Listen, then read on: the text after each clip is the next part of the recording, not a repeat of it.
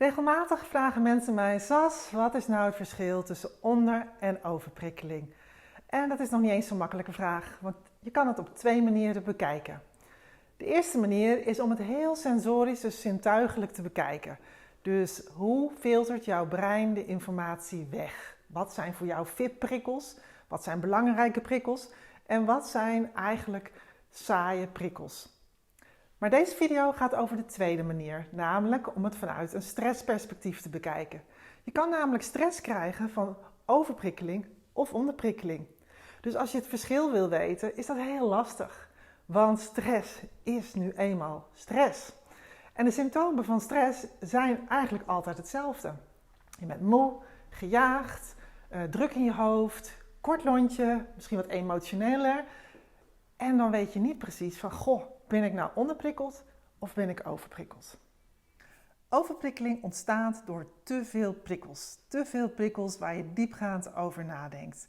Denk bijvoorbeeld aan zaken die al langere tijd duren. Bijvoorbeeld op je werk, als je al lang op je tenen loopt of veel te veel verantwoordelijkheid op je schouders hebt genomen, omdat je ziet dat andere mensen het niet bij kunnen benen of steken laten vallen en dat je denkt, nou, doe ik er nog wel eventjes bij. Of relatieproblemen, of je maakt je zorgen om de gezondheid van je kinderen, je ouders of van een willekeurige vriend of vriendin. Allerlei zaken waar je heel erg veel over kan gaan piekeren. Maar het kan ook op hele korte termijn ontstaan. En denk dan eventjes aan een drukke werkdag en de opvoeding van de kinderen komt erbij. Er moet ook nog gekookt worden, tussendoor nog even gauw boodschappen. En oh ja, er moet ook nog even een kind naar de voetbal of naar de tennis of de hockey. En misschien heb je wel meerdere kinderen die allemaal naar andere sporten moeten. Nou, dat kan nogal eens een hele volle dag geven, waardoor je natuurlijk ook overprikkeld kan raken. En het is een misverstand om te denken dat overprikkeling alleen maar komt van prikkels die je niet leuk vindt. Het kan ook wel degelijk ontstaan doordat je heel veel dingen doet en het is allemaal leuk, maar dat het te veel is. Je hebt te veel weer op je schouders liggen. En, zo bijvoorbeeld op je werk, als je allerlei projecten overal maar ja op zegt omdat je het zo leuk vindt, dan kan het natuurlijk op een gegeven moment te veel zijn. Want in een werkdag zitten gemiddeld genomen zo 8 uur per dag. En als je fulltime werkt, 40 uur per week. Maar ja, dat kan natuurlijk wel eens uit de klauwen lopen en dan kan je daar natuurlijk vreselijk van overprikkeld raken. Of je hebt je weekend helemaal volgestopt met allemaal leuke uitjes en je gaat naar het café en je hebt nog een verjaardag en een etentje en je gaat ook nog even sporten en je hebt een toernooi.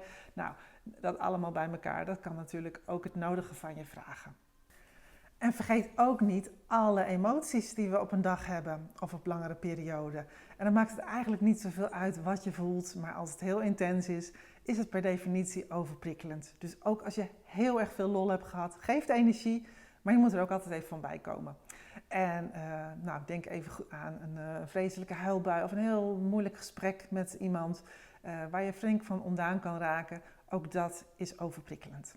Onderprikkeling is dat er te weinig prikkels zijn. Dus te weinig prikkels die jou blijheid, voldoening of zingeving geven. Dat is dus eigenlijk als je geen plezier meer hebt. Als je te weinig dingen doet waar je lol aan hebt. Denk bijvoorbeeld aan je werk.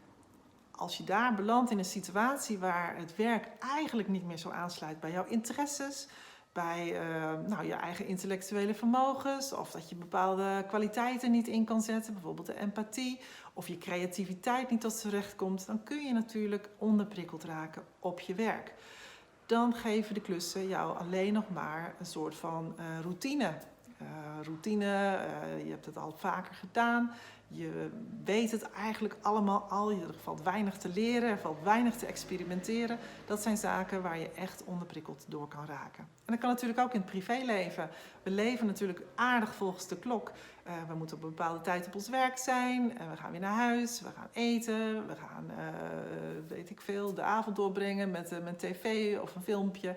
Of je pakt je hobby op, je gaat sporten. Het gaat aardig volgens een vaste routine en regelmaat. En ook dat kan bij te veel herhaling onderprikkelend zijn. En dat kan dus eigenlijk al op een dag zijn. Dat je denkt, ik heb vandaag helemaal niks leuks meegemaakt. Dat is al onderprikkeling. Onderprikkeling ontstaat ook als er te weinig intense gevoelservaringen zijn. En vooral de hoogsensitieve high sensation seekers gaan daarvan aan. Dus op het moment dat je niet het gevoel hebt van, oh, ik leef, of wauw, dit is fantastisch, of joh, iets wat heel erg ontroert, waar je ontroerd van raakt, of zaken die in ieder geval intens bij je binnenkomen. Daar wordt een hoogsensitieve high sensation seeker wakker van. En als dat allemaal een beetje zo voortkabbelt op de dag waarin er eigenlijk weinig te voelen is, ook dan ligt onderprikkeling op de loer. En je zou kunnen zeggen dat onderprikkeling ontstaat eigenlijk door een gebrek aan diversiteit met mensen, activiteiten of omgevingen. Dus het is ook belangrijk om veel verschillende mensen te zien en in verschillende omgevingen te verkeren. Dus je begrijpt, het is helemaal niet zo makkelijk om verschil te maken tussen onderprikkeling en overprikkeling als het gaat over stress. Waar je wel over na kan denken is van waar ben ik zo druk mee bezig geweest? Was het me allemaal te veel? Heb ik veel te veel op mijn bordje liggen? Of ben ik met allemaal dingen bezig die mij niet voeden? Waar ik geen plezier aan ontleen? Dat ik eigenlijk iets mis? Als het laatste het geval is, dan is het onderprikkeling. En is het het eerste, dan weet je zeker dat is overprikkeling. En het helpt om het een poosje bij te gaan houden voor jou in een boekje.